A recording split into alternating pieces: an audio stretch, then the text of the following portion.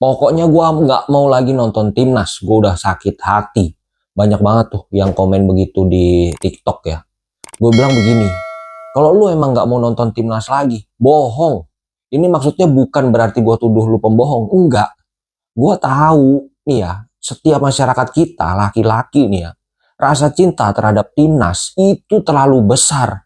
Jadi mau dikecewakan seapapun dalamnya, baik sama pengurus ataupun sama permainan timnas sekalipun, kita pasti nonton dan kita pasti support. Jadi nggak mungkin nih karena kejadian ini kemudian timnas tanpa support, timnas tanpa penonton, itu udah nggak mungkin. Kecintaan kita sama sepak bola itu terlalu dalam. Bahkan ada begini ya, lu boleh ganti agama apapun, tapi kalau disuruh ganti kecintaan lu kepada timnas, lu tinggalin, nggak bisa. Orang ganti agama, kemudian dia jelek-jelekin agama yang lama, bisa. Tapi dia kecewa sama timnas, kemudian dia jelek-jelekin timnasnya sendiri, nggak bisa. Nggak usah timnas lah, klub bola, orang mau ganti agama apapun, klub bolanya nggak akan ganti. Mau dari kecil misalnya AC Milan, sampai gede dia pindah agama, klub bolanya tetap AC Milan. Mau yang cinta MU pun begitu, mau yang cinta Liverpool pun begitu. Bola itu beda. Laki-laki, bola itu udah ketanam di hati, jadi nggak bisa.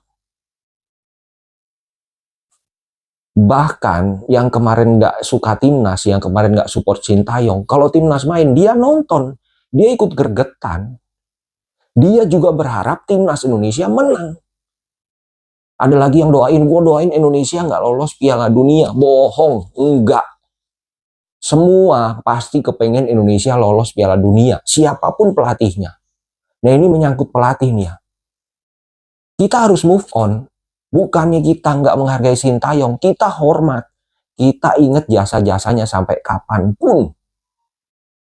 Sintayong menjadi bagian dari sejarah perkembangan sepak bola Indonesia sampai ke level ini. Tapi kita harus move on. Besok ada pelatih yang baru. Pelatihnya gue kritik nggak? Gue kritik. Karena memang kan kita belum lihat permainannya bagaimana. Tapi nanti setelah Indonesia ternyata menjadi lebih bagus, ya kita support pelatih itu. Apalagi kalau sampai pelatih itu digangguin lagi sama orang-orang yang kemarin gangguin Sintayong. Kita pasti bersuara lagi. Orang misalnya teriak Kluivert out, padahal si Kluivert mainnya bagus. Kita support nih, konten kreator pasti support si Kluivert. Karena apa? Kluivert sudah menjadi bagian dari timnas kita. Sama halnya Sintayong kemarin. Kalau kejadian pemecatan STY ini membuat kita kecewa, kemudian kita benci sama timnas, dan benci sama Kluivert tanpa sebab, itu namanya subjektif. Bukan objektif. Kalau objektif itu, apa yang kita lihat, prestasinya apa, itu kita dukung. Kalau ada orang yang masih benci dengan nanti timnas berprestasi, yaitu agak aneh. Terus apa bedanya dengan orang-orang yang kemarin benci sama Sintayong, benci sama timnas kita? Kalau gue sih jujur secara pribadi nggak mau gue disamain sama mereka. Gue akan objektif. Sekarang kehadiran Kluivert gue kritik karena berdasarkan track record. Tapi nanti setelah Kluivert bisa membuktikan membawa timnas kita menjadi lebih baik, gue akan support full. Apalagi kalau Kluivert digangguin sama mafia, udah pasti kita semua akan bersuara untuk backup Kluivert di media sosial. Jadi tetap tenang, nggak apa-apa, kecewa boleh, sedih boleh karena Sintayong dipecat misalnya. Tapi ya nggak usah lama-lama. Nanti begitu pertandingan Indonesia dipimpin oleh Kluivert, ya kita support, kita doakan Indonesia harus lolos Piala Dunia. Karena kan semua untuk kepentingan timnas. Ada kepentingan yang lebih besar daripada kepentingan pelatih. Tidak ada nama satupun yang boleh melebihi nama besar tim nasional Indonesia. Ya mungkin saat ini akan bilang, alah kemarin lu ngeritik Kluivert, besok giliran bagus lu puji. Ya memang harus begitu, itu baru namanya objektif. Mungkin juga ada yang kecewa sama Pak Erik, tapi coba berpikir begini. Kalau lu pernah di satu perusahaan dan lu memimpin satu divisi tertentu atau apapun itulah lu pemimpinnya, lu tetap harus ambil keputusan walaupun itu sulit. Pemimpin itu paling sulit adalah mengambil keputusan karena di situ ada banyak konsekuensi, pertaruhan. Keputusan yang diambil ini berdampak baik atau keputusan yang diambil itu berdampak buruk. Kalau ini berdampak baik, dia pun dapat nama baik. Tapi kalau ini berdampak buruk, dia dapat nama buruk.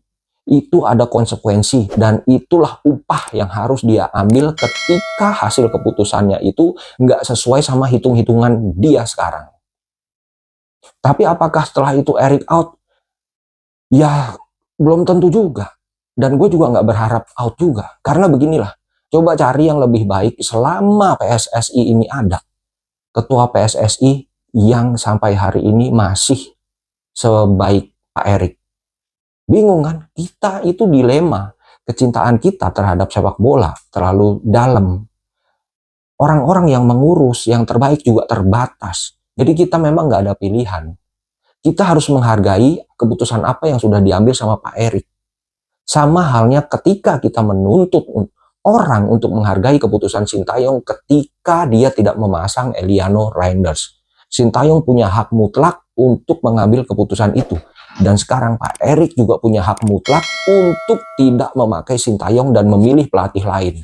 Itu kalau kita mau berpikir secara objektif. Jadi teman-teman tetap tenang, sedih boleh, silahkan, manusiawi, tapi tetap semangat support timnas.